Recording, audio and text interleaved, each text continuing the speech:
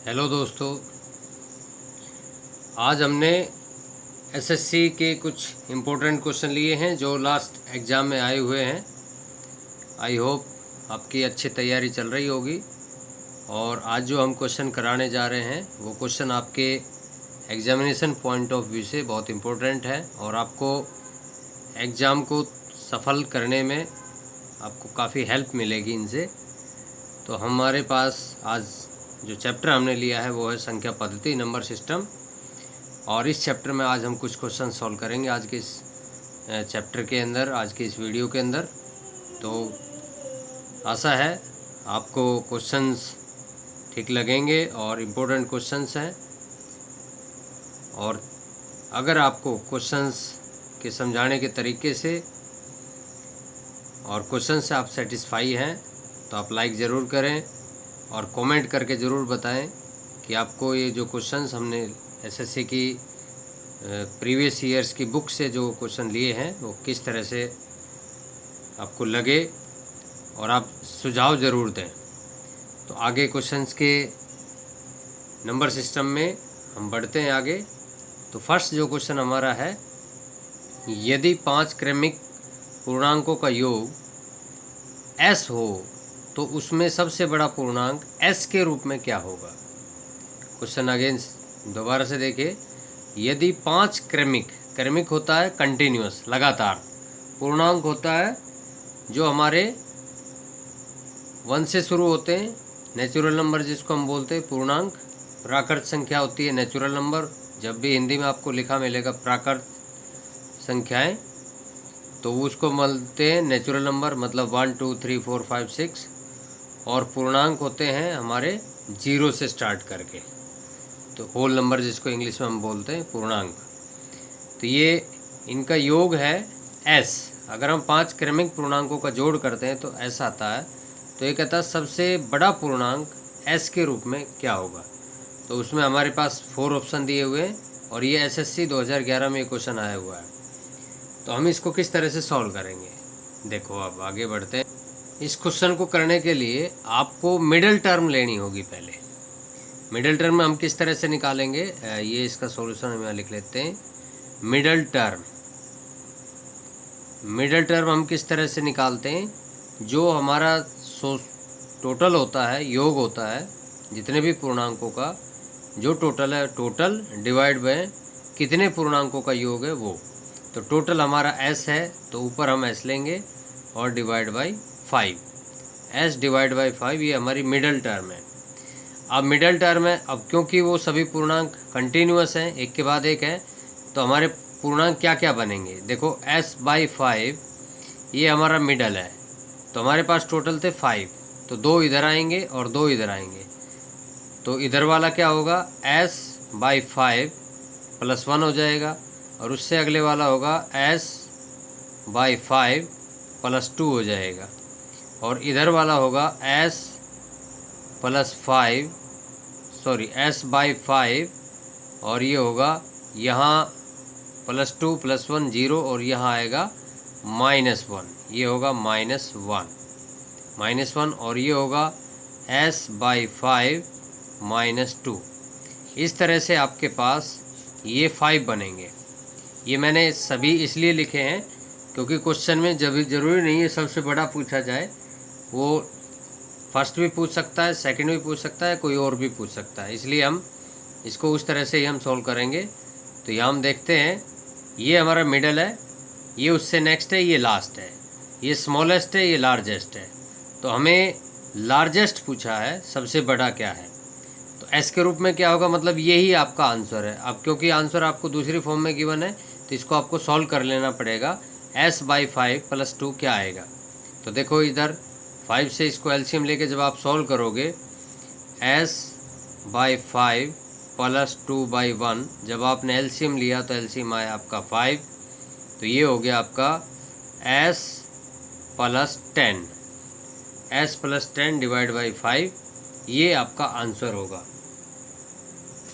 ये आपका आंसर होगा s plus 5 divide s plus 10 divide by 5, ये A option, this is the answer. तो तो सबसे पहले मिडिल टर्म निकालेंगे। मिडिल टर्म निकालने के बाद उसमें क्योंकि टोटल 5 है तो हम 5 बना लेते हैं। मिडिल टर्म ये है तो 1 ऐड किया, फिर 2 ऐड किया, इधर 1 माइनस किया तो फिर 2 माइनस किया।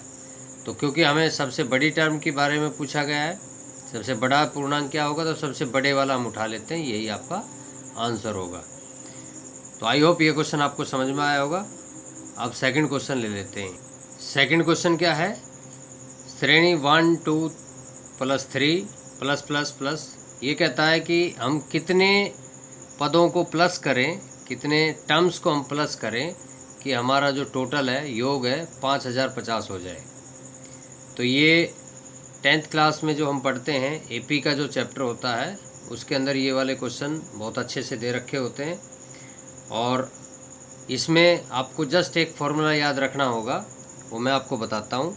ये है हमारे प्राकृत संख्या है, नेचुरल नंबर्स है। तो नेचुरल नंबर्स का जो सम होता है, फर्स्ट नेचुरल नंबर्स का सम, तो उसमें जो फॉर्मूला है कि अगर हम यहाँ मान लें कि ये फर्स्ट n नेचुरल नंबर्स है तो उसका जो फॉर्मूला बनता है उसका हम बोलते हैं इस तरह से Sn। Sn का मतलब होता है, S का मतलब सम और n का मतलब n नंबर्स का सम, फर्स्ट n नंबर्स का सम। तो ये फॉर्मूला बनता है n into n plus 1 divide by 2। ये n का मतलब यहाँ नेचुरल नंबर है, फर्स्ट n नेचुरल नंबर्स का सम जो होगा उसका ये फॉर्मूला होता है। तो ये जहाँ भी इस तरह का यूज हो, इस तरह का क्वेश्चन हो, तो वहाँ हम इस फॉर्मूले को डायरेक्ट यूज कर सकते हैं। तो यहाँ पे आप देखो ये फॉर्मूला मतलब 1 से लेके कहाँ तक प्लस करना हमें नहीं पता, तो हम ये मान लेते हैं कि वो लास्ट टर्म n है जहाँ तक हमें इसका योग लेना है। तो यहाँ 1 से लेकर n, तो n नेचुरल नंबर्स का सम, तो ये फॉर्मूला किसके इक्वल होना चाहिए, 5050 के इक्वल होना चाहिए। तो हम यहाँ लिखेंगे n into n plus 1 divide by 2 is equal to 5050। तो इस तरह से आपने लिखा n into n plus 1 divide by 2 is equal to 5050। अब यहाँ से आपको n निकालना, जो n होगा वही आपका आंसर होगा। तो देखो ये 2 इधर आएगा, मल्टीप्लाई कर दो इसको, n इंटू n प्लस 1, ये मल्टीप्लाई होके आपका आ जाएगा 10 10 0। ठीक है। अब देखो, अब इसको मल्टीप्लाई करके और आप क्या करेंगे कि आप इसको क्वाड्रेटिक इक्वेशन, द्विघात समीकरण बनाएंगे, फिर इसको सॉल्व करेंगे। इससे अच्छा है इसके 2 फैक्टर कर लो, ऐसे फैक्टर कर लो जिसमें सिर्फ 1 का डिफरेंस हो, क्योंकि इधर भी 1 का डिफरेंस है। तो इधर इसको हम लिख सकते हैं 101 और मल्टीप्लाई में 100, n इंटू n प्लस 1। अब देखो इसमें और इसमें, ये है 101, ये है 100, तो दोनों में कितने का गैप है, 1 का गैप। और ऐसे ये है n और ये है n प्लस 1, दोनों में कितने का गैप है, 1 का गैप है। इसलिए हमारा n किसके इक्वल होगा, 100 के इक्वल होगा। This is implies that n is equal to 100। तो ये हम जो निकालना चाहते हैं कि कितनी टर्म्स का सम 5050 होगा, तो 100 टर्म्स का सम हमारा 5050 होगा। ये सी ऑप्शन आपका आंसर में आ जाएगा, सी ऑप्शन आपका आंसर में आ जाएगा, n इज इक्वल टू 100। तो ये फॉर्मूला आप याद रखेंगे और इससे इसको इजीली सॉल्व कर देंगे। अब थर्ड क्वेश्चन लेते हैं। थर्ड क्वेश्चन है कि 1 plus 3 plus 5 plus 7 plus plus plus. ये कहता है कि ये सीरीज इस तरह से इसको बढ़ाते चले जाओ 15 स्टेप्स तक, 1 स्टेप्स 2 3 4, इस तरह से 15 स्टेप्स ले लो और सभी को ऐड कर दो। तो ये कहता है कि ऐड करने के बाद आंसर क्या आएगा। तो देखो एपी का एक फॉर्मूला होता है, वो मैं आपको बताता हूँ, क्योंकि कई सारे क्वेश्चंस हैं जो एसएससी में एपी से रिलेटेड पूछे जाते हैं। तो उसमें क्या होता है कि जब भी आपको SN निकालना हो, इसको बोलते हैं सम निकालना, किसी भी सीक्वेंस का जब प्लस निकालना हो तो हमें क्या करना होगा। ठीक है। तो उसके लिए हमारे पास कई चीज़ें होती हैं। उसमें हम क्या करते हैं कि फर्स्ट टर्म उठाते हैं, फर्स्ट टर्म क्या है और फर्स्ट और सेकंड टर्म का डिफरेंस क्या है। इनका डिफरेंस सभी का सेम डिफरेंस होना चाहिए, क्योंकि 1 और 3 में 2 का गैप है, 3 से 5 में 2 का गैप है, ऐसे करके सभी में 2 से डिफरेंस या तो बढ़ता रहेगा या घटता रहेगा। तो इस तरह के उसमें ही हम एपी वाला फार्मूला यूज करते हैं, जिसको सम का हम फार्मूला बोलते हैं। तो ये कहता है 15 का योग क्या होगा, 15 टर्म्स आपको लेनी है। तो यहाँ हम एपी वाला फार्मूला यूज कर लेते हैं। इसमें देखो ये है ए, ए का मतलब यहाँ फर्स्ट टर्म है। और डी हम लेते हैं, डी का मतलब होता है डिफरेंस। डी का मतलब होता है डिफरेंस कि फर्स्ट से और सेकंड में क्या डिफरेंस है। तो सेकंड वाले में से फर्स्ट को माइनस करो, 3 - 1 ये हो जाएगा आपका 2। और टोटल टर्म क्या होगी, टोटल टर्म आपको लेनी है 15, तो ये हो गया आपका n15। इस तरह से अब जब आप फॉर्मूला लिखोगे तो फॉर्मूला ये होता है, सीधा आप लिख दो Sn इज इक्वल टू, ये फॉर्मूला आपको याद करना पड़ेगा, मैं आप लिख रहा हूँ n/2 2a प्लस n-1d। ये जनरल फार्मूला है n की फॉर्म में। आप n टर्म्स ले रहे हो, n पद ले रहे हो, और a आपका है फर्स्ट टर्म और d है आपका डिफरेंस, जो इनमें सार्वंतर हिंदी में इसको बोलते हैं कॉमन डिफरेंस। सेकंड से फर्स्ट में जो डिफरेंस है, थर्ड से सेकंड में जो डिफरेंस, उसको हम d बोलते हैं। तो ये तीनों वैल्यूज़ आप इसमें पुट कर दो, आपका आंसर आ जाएगा। तो n कितना है, आप 15 ले रहे हो, 15 डिवाइड बाई 2, और 2a आपका 1 है, और n आपका है 15 - 1, और d आपका है 2।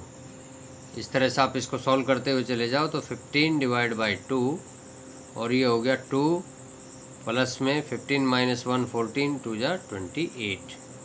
तो ये हो गया आपका 15 डिवाइड बाई 2 इंटू 30, और ये हो गया आपका 450 डिवाइड बाई 2, तो ये हो गया 225। तो इस तरह से आप इस फॉर्मूले की हेल्प से इस क्वेश्चन को आप सॉल्व कर सकते हो। This is the formula. इस फॉर्मूले की हेल्प से आप इसको सॉल्व कर सकते हो। सम ऑफ n टर्म्स, इसको ये है एपी का फॉर्मूला होता है, एपी अरिथमेटिक प्रोग्रेशन, समांतर श्रेणी वाला जो चैप्टर है 10th में हम पढ़ते हैं, उसके अंदर ये फॉर्मूला गिवन है n/2 2a + n-1d। इसका एक फॉर्मूला और भी होता है जो मैं यहाँ लिख देता हूँ। Sn का जो दूसरा फॉर्मूला होता है वो होता है n/2 a प्लस में l। a का मतलब फर्स्ट टर्म, l का मतलब लास्ट टर्म। ए से फर्स्ट टर्म होता है और l फॉर लास्ट टर्म। तो ये फॉर्मूला भी हम यूज करते हैं जब हमें लास्ट टर्म यहाँ गिवन होगी, लास्ट टर्म, तब हम ये वाला फॉर्मूला भी यूज करेंगे। आगे कुछ इस तरह के क्वेश्चन आएंगे, उसमें हम इसको सॉल्व करेंगे। तो इस क्वेश्चन में हमारा ऑप्शन जो आ गया, सी ऑप्शन हमारा आंसर है। तो ये ऑप्शन आपका आंसर होगा। अब फोर्थ क्वेश्चन के लिए आगे बढ़ते हैं। आई होप आपको क्वेश्चन समझ में आ रहे होंगे। तो आप वीडियो को लाइक ज़रूर करें और साथ साथ कमेंट भी आप करते रहें कि आपको क्वेश्चंस किस तरह से समझ में आ रहे हैं। अब फोर्थ क्वेश्चन लेते हैं। 50 से कम 3 के सभी धनात्मक, धनात्मक होता पॉजिटिव, धनात्मक पूर्णांकों का योग क्या होगा। मतलब आपको 3 की टेबल लिखनी है। 50, 3 से स्टार्ट करोगे और 50 तक चले जाओगे, लेकिन वो 3 की टेबल का होना चाहिए। तो उसको किस तरह से आप लिखोगे, ये आप लिख लो। इसमें ये होगा आपका आंसर, यहाँ लिखते हैं, ये होगा 3, 6, 9, इस तरह से आप लिखते चले जाओगे। और वो आएगा आपका लास्ट टर्म आएगी जो 50 के एकदम पास जाके आएगी 48। 3, 6, 9 और 48। तो देखो ये हमारी सीक्वेंस आ गई 3 की टेबल, जैसे अभी लास्ट हमने क्वेश्चन किया था उसी तरह से 3, 6, 9 और ये है। यहाँ ए आपका 3 है और 6 में से 3 गए तो 3। इस तरह से हम यहाँ लिख भी सकते हैं कि ए आपने लिखा 3, डी आपने लिखा 6 - 3 इज इक्वल टू 3, और एन आपका कितना है, एन मतलब ये टोटल टर्म कितनी है, 1, 2, 3 ऐसे करके। तो ये 16 3 48 होते हैं, तो ये एन टोटल टर्म होगी आपकी एन। इस तरह से आप देखोगे कि एन इज इक्वल टू 16, ये तीनों चीज़ें आ गई। अब आपको एस एन निकालना, सभी का क्या निकालना है, योग। योग निकालने के लिए आप एस एन का फॉर्मूला यूज करोगे n/2। अभी हम जो फॉर्मूला यूज कर रहे थे कि फर्स्ट टर्म और लास्ट टर्म वाला a + l वाला फॉर्मूला आप यूज करो, a + l। n/2 मीन्स 16/2, और a का मतलब आपका है 3 और l का मतलब है 48। तो इस तरह से आप ये आंसर निकाल लोगे। 16/2, ये हो गया आपका 8, और 48 और 3 होते हैं 51, 8 मल्टीप्लाई 51, ये हो गया 8 एकम 8 और 8 पंजे 40। 408 आपका आंसर आएगा। क्या आंसर आएगा आपका? 408 आपका आंसर आएगा। मैं यहाँ एक लाइन ड्रॉ कर देता हूँ, थोड़ा स्पेस हमारे पास कम है। तो ये इस तरह से आप देखोगे 8 गुणा 51 408। तो 408 हमारा ऑप्शन सी है, तो ऑप्शन सी हमारा ये आंसर होगा। आई होप ये क्वेश्चन आपको अच्छे से समझ में आया होगा। तो आप लाइक ज़रूर करते रहें, वीडियो को देखते रहें और लाइक ज़रूर करते रहें। अब फिफ्थ क्वेश्चन लेते हैं। फिफ्थ क्वेश्चन क्या है? बहुत इजी क्वेश्चन है ये। 1 + 2 + 3 + 4 अप टू 10 हमने प्लस किया, आंसर 55 आएगा। वैसे भी आप ऐड करके देखोगे तो 55 आएगा, और फॉर्मूले की हेल्प से ऐड करोगे तो भी 55 आएगा। तब ये कहता है इसका सम क्या होगा। तो बहुत ही सिंपल आंसर है कि देखो 1 इस पूरी इसको हमने 6 से मल्टीप्लाई किया, इसको पूरे को 6 से मल्टीप्लाई कर दो आप। तो 6 से मल्टीप्लाई करो इधर भी और उधर भी, तो ये हो जाएगा, इसमें हम लिखेंगे 6 से मल्टीप्लाई करो 6, 6 दूनी 12, 6 × 18, 6 × 24, इस तरह से सीक्वेंस आती चली जाएगी, और 6 × 60। तो ये आ गई। जब हमने लेफ़्ट में सभी टर्म्स को मल्टीप्लाई किया 6 से, तो राइट में भी 6 से मल्टीप्लाई हो जाएगा, 6 × 55। तो ये वाला ही टर्म जो बन गई है तो ये बन गई। तो इसका आंसर क्या आएगा? 6 पंजे 30 और 3 33। तो एकदम 10 सेकंड में आप इस क्वेश्चन को सॉल्व कर डालोगे, 330 इसका आंसर आ जाएगा। अब नेक्स्ट क्वेश्चन है 6th। 1 से 10 तक हमने ऐड किया तो हमारा 55 आता है। तब ये कहता है कि 11 से लेकर 20 तक ऐड करो तो आंसर क्या आएगा।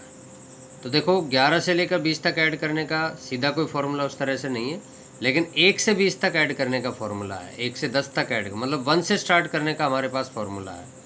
तो हम क्या करेंगे कि हम 1 से 20 तक ऐड करेंगे और उसमें से ये वाला पार्ट माइनस कर देंगे, तो 11 से 20 तक का सम बच जाएगा हमारे पास।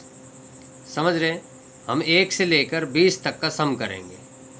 1 से लेके 1 2 3 4 5 ऐसे करते करते करते करते 10 आएगा, फिर 11 आएगा, फिर 12 आएगा, ऐसे करते करते 20 आएगा। इन सब का हम सम निकालेंगे। तो यहाँ तक तो ये वाली वैल्यू आ जाएगी, और ये वाला आंसर हमें निकालना है। तो आंसर क्या होगा? तो ये वाली वैल्यू उधर जाके माइनस कर देंगे। तो इसका सम कितना होगा? तो ये हमारा 1 से लेकर 20 तक का सम। तो देखो सम ऑफ नेचुरल नंबर्स का सम क्या होता है? Sn हमने जो फॉर्मूला लिखा था, Sn n × n + 1 / 2, ये फॉर्मूला आप यूज करोगे। n × n + 1 / 2, यहाँ n की वैल्यू आपको 20 पुट करनी पड़ेगी। क्या पुट करनी पड़ेगी? 20 पुट करनी पड़ेगी।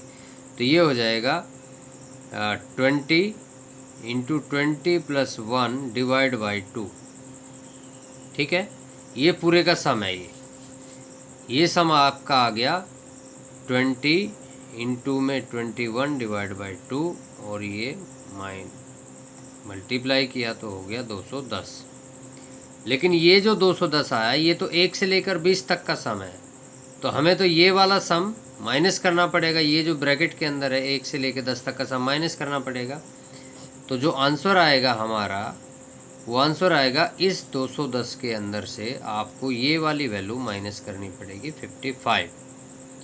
तो इसलिए 210 में से जब आप 55 को माइनस करोगे तो 155 आपके पास बचेंगे, और 155 हमारा ऑप्शन ए, यही हमारा आंसर है। ऑप्शन ए हमारा आंसर आ जाएगा, 155 इज द आंसर।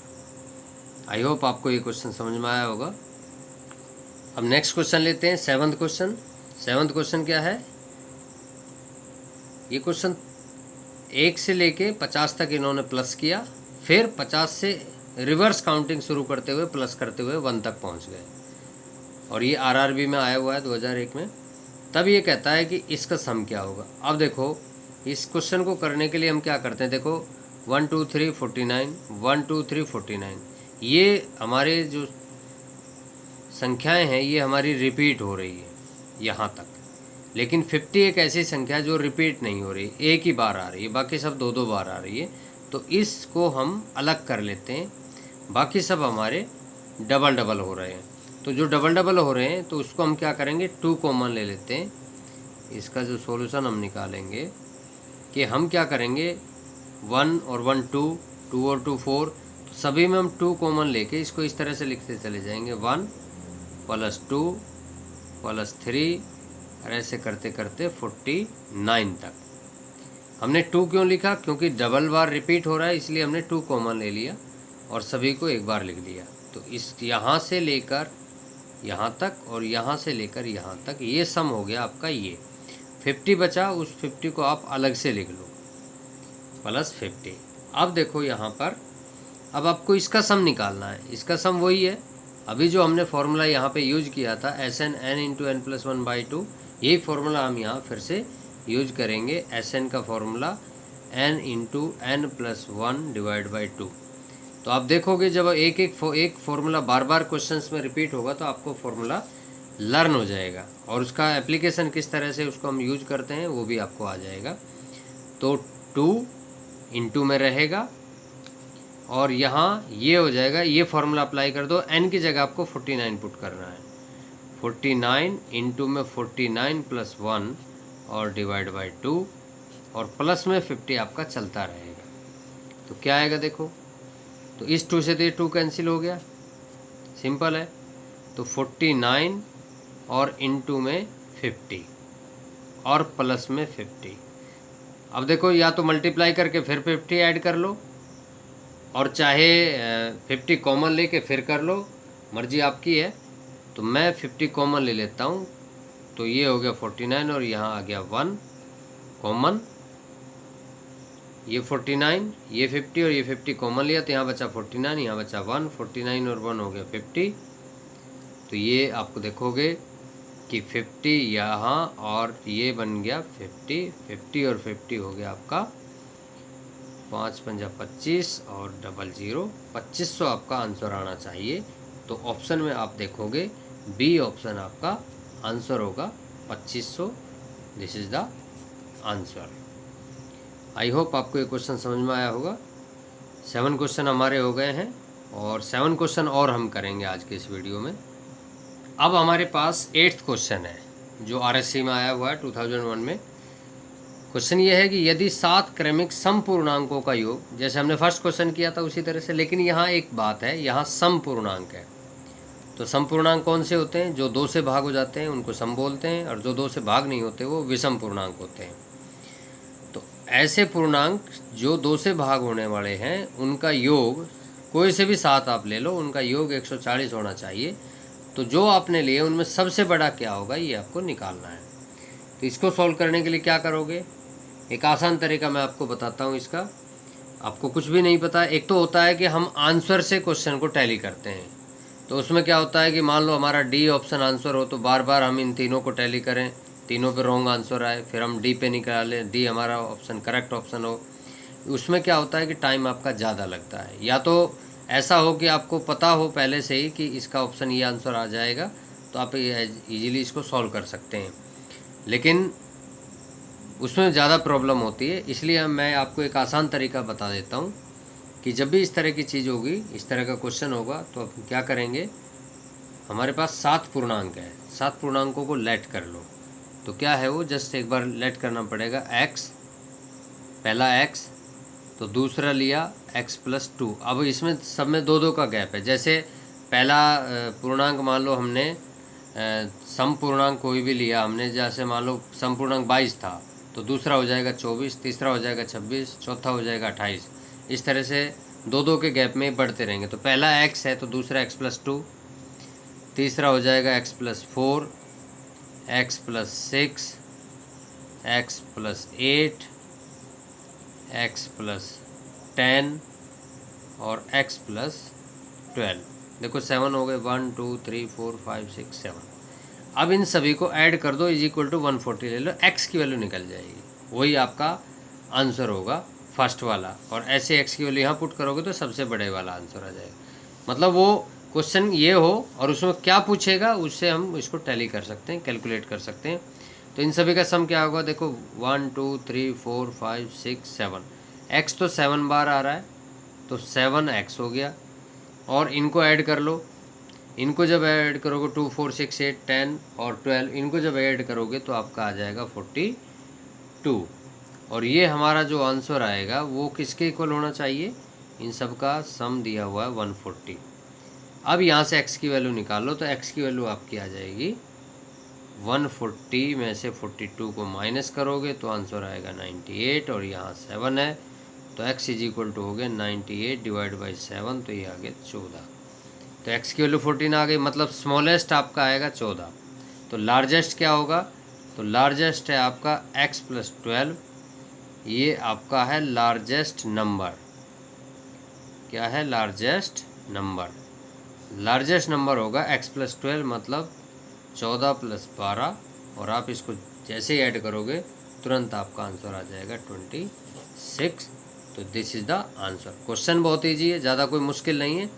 जस्ट आप इस तरह, ये चाहे सम दे रखो चाहे विषम दे रखो, इसी तरह से आप लेट करते हो। विषम से विषम में भी यही लेट कर देंगे, और सम से सम में भी यही लेट करेंगे। तो ये आपका ऑप्शन सी आपका आंसर होगा इस क्वेश्चन के अंदर। आगे बढ़ते हैं, क्वेश्चन नंबर 9। क्वेश्चन नंबर 9 है 7 क्रमिक, क्रमिक मतलब कंटिन्यूअस विषम पूर्णांकों का योगफल। अब देखो पिछले क्वेश्चन में हमने सम पूर्णांक लिए थे, यहाँ विषम पूर्णांक है और 7 है यहाँ भी, तो वही सेम पिछले क्वेश्चन की तरह हम इसमें पिछले क्वेश्चन की हेल्प से इस क्वेश्चन को सॉल्व कर लेते हैं। यही वैल्यूज हम आप लेट करेंगे, उन सभी का सम करेंगे। 7x प्लस 42 आया था, तो हम वही वैल्यू यहाँ यूज कर लेते हैं। इसका जो सॉल्यूशन होगा 7x प्लस 42, और ये आंसर किसके इक्वल आना चाहिए, 133 के इक्वल होना चाहिए। इसलिए उसकी हेल्प जैसे वो किया था ऐसे ही इसको सॉल्व करेंगे। इसलिए हमने क्योंकि किया हुआ है इसलिए दोबारा से लिखा नहीं। 7x प्लस 42 133, और इसको जैसे आप सॉल्व करोगे 133 माइनस 42, और ये जैसे ही माइनस करोगे तो इधर आ जाएगा आपका 91। 7x, तो x इज इक्वल टू क्या आ गया आपका 91 डिवाइड बाई 7, तो ये हो गया 13। x की वैल्यू आपकी 13 आ गई। तो जब x की वैल्यू 13 आ गई तो अब देखो आपको निकालना क्या है, सबसे न्यूनतम। देखो इसमें सबसे कम वाला पूछा है, तो सबसे कम वाला क्या होगा, ये वाला सबसे कम है, ये वाला सबसे लार्ज है। तो लार्ज पूछेगा तो इसके अंदर x की वैल्यू पुट करेंगे, स्मॉल पूछेगा तो इसके अंदर पुट करेंगे, और बीच वाली कोई पूछेगा तो बीच वाली पुट करेंगे। तो x है तो 13 ही इसका आंसर होगा। आंसर होगा 13, क्योंकि x की वैल्यू उसने पूछी है x, तो 13 आपका आंसर होगा। डी ऑप्शन आपका आंसर आ जाएगा। तो देखो एक ही तरीके से 2 क्वेश्चन हमने इसको निपटा दिए। अब आगे बढ़ते हैं, क्वेश्चन नंबर 10। ये अच्छा क्वेश्चन है, दिल्ली मेट्रो के जीएससी एग्जाम में 2003 में आया हुआ है। ये करते हैं। क्वेश्चन 10 हमें गिवन है कि 3 क्रमिक पूर्णांकों का योगफल। अब देखो हमारे पास क्रमिक जो पूर्णांक है वो है 3 क्रमिक पूर्णांकों का योगफल 1350 है। सबसे छोटी और सबसे बड़ी संख्या का योग क्या होगा। तो देखो बहुत इजी क्वेश्चन है, इसको सॉल्व कर लेंगे। तो 3 क्रमिक पूर्णांक है, तो तीनों क्रमिक पूर्णांकों को लेट कर लो। पहला हम क्या करेंगे, x लेट किया। दूसरा क्रमिक है, अब देखो सम और विषम नहीं है, क्रमिक है, तो दूसरा आएगा x प्लस 1, तीसरा आ जाएगा x प्लस 2। इन तीनों को ऐड करोगे तो आंसर आपका आएगा 1350। तो ऐड कर दो x प्लस 1 और x प्लस 2, तीनों को ऐड करोगे तो 1350 आएगा। और 1350 को x ये हो गया आपका 3x, 1 और 2 हो गया 3, और ये हो गया आपका 1350। 3 इधर जाके माइनस हो जाएगा, तो 1350 माइनस 3, ये आपका माइनस नहीं करो, अच्छा है इसमें यहाँ कॉमन ले लो। माइनस करने से भी हो जाएगा लेकिन वो इजी होगा, 3 कॉमन ले लो तो x प्लस 1, और यहाँ हो गया 1350। हमने कॉमन इसलिए लिया क्योंकि 3 से ये सीधा सीधा कैंसिल हो जाएगा। 3 चौके 12 और 3 पंजे 15 और 0 450। तो ये 1 उधर जाके माइनस हो जाएगा, तो 450 माइनस 1, तो ये हो गया आपका 449। अब क्वेश्चन में पूछा क्या है कि सबसे बड़ा और सबसे छोटी का योग क्या होगा। तो सबसे छोटी तो ये है x, ये हमारा स्मॉलेस्ट है, और x प्लस 2 लार्जेस्ट है। तो x प्लस 2 क्या आएगा, x प्लस 2 आएगा आपका, ये देखो x प्लस 2 ये क्या आएगा 449, इसमें 2 और ऐड कर दो तो ये हो जाएगा 451। तो इसको और इसको ऐड करना है, दोनों को प्लस कर दो तो क्या आएगा 449 और 451, तो ये हो जाएगा 00819। तो 900 आपका आंसर आना चाहिए, 900। दोनों को ऐड करना है, तो पहले वैल्यू निकालो फिर दोनों को ऐड कर दो। ऐड करने के लिए बोलता था ऐड करो, सब्ट्रैक्ट करने के लिए माइनस करने के लिए बोलता तो माइनस करो। जैसे भी वो क्वेश्चन में पूछा जाए हम उसको सॉल्व कर देंगे। तो 900 आपका ऑप्शन होगा, इसमें भी सी ऑप्शन आपका राइट आंसर है। तो 10 क्वेश्चन हो गए हमारे। अब थोड़ी देर का वीडियो और बचा है, अभी 4 क्वेश्चन और इस वीडियो में हम करेंगे। ओके, आई होप आपको ये 10 क्वेश्चन अच्छे से समझ में आ गए होंगे। अभी हमारे 4 क्वेश्चन और बचते हैं। तो आज का 11वां क्वेश्चन है कि 3 से गुणा करके बनी 100 से 200 के बीच की सभी प्राकृत संख्या होती है नेचुरल नंबर 1 2 3 4 5 6, उनको प्राकृत संख्या बोलते हैं। तो उन सभी का योग क्या होगा। मतलब 3 से गुणा करके बनी का मतलब होता है कि जो 3 की टेबल में आती हो और 100 और 200 के बीच की हो, तो वो सभी आपको पहले लिख लो उनको। तो वो क्या होंगी, सॉल्यूशन क्या होगा इसका। पहली संख्या तो आएगी 102, जो 3 की टेबल में आती है, 100 से बड़ी है। 100 102, फिर आएगी 105, फिर 3 3 ऐड होते चले जाएंगे, 2 और 3 5, फिर 5 और 3 8, इस तरह से ऐड होते चले जाएंगे। और लास्ट में जाके 200 तो 3 की टेबल में आता नहीं है, 198 3 की टेबल में आता है 198। तो देखो ये है, ये संख्याएं आपकी हैं। और यहाँ देखो कि जब आप 3 से इसको डिवाइड करोगे तो आपका आता है 34, और 3 से जब आपने इसको डिवाइड किया तो आता है 66। ये हम क्यों कर रहे हैं, हम इसलिए कर रहे हैं क्योंकि हम ये देखना चाहते हैं यहाँ से लेके यहाँ तक ये टर्म कितनी है। क्योंकि हमें जब हम जब सम करेंगे तो हमें टर्म की ज़रूरत पड़ेगी, कितनी टर्म है 1 2 3 इस तरह से कितनी है। तो वो निकालने के लिए, टर्म निकालने के लिए, टोटल टर्म जो हम निकालेंगे, टोटल टर्म हिंदी में इसको बोलते हैं पदों की संख्या, टोटल पद कितने होंगे। तो इसका सबसे आसान तरीका है, लास्ट वाली जो सबसे बड़ी है उसमें इसको माइनस कर दो और एक अपनी तरफ से ऐड कर दो। तो ये हो जाएगा 34 में से एक गए तो 33, तो आंसर 33। मतलब ये 33 संख्या